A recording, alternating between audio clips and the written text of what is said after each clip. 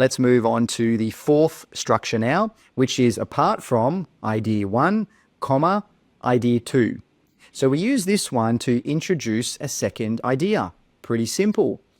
So here's an example. Apart from exercising, maintaining a balanced diet is also essential for good health. So again, why have I got exercising in blue and why have I got diet in red?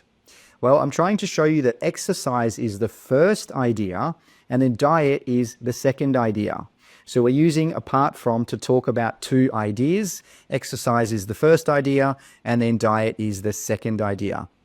Let's look at another example. Apart from improving academic performance, reading at a young age helps develop critical thinking skills. Now have a look at the word improving. Why do I have an ing with improving? Well, it's because when we use apart from, we normally talk about an idea, and an idea is a thing.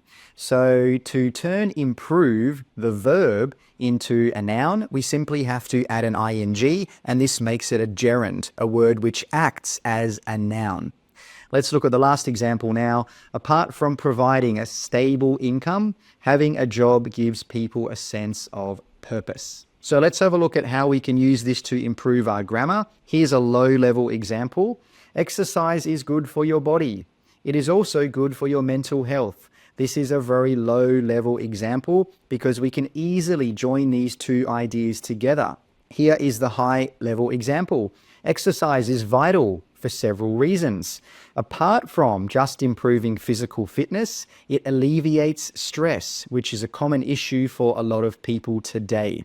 So instead of putting those two ideas into separate sentences, we have combined them. We are showing the examiner, if it's speaking or writing, that we can make longer sentences. We can make complex sentences. So instead of just saying and or also, try to use apart from. It's a great phrase to talk about another idea, and it's going to make your grammar sound much more professional.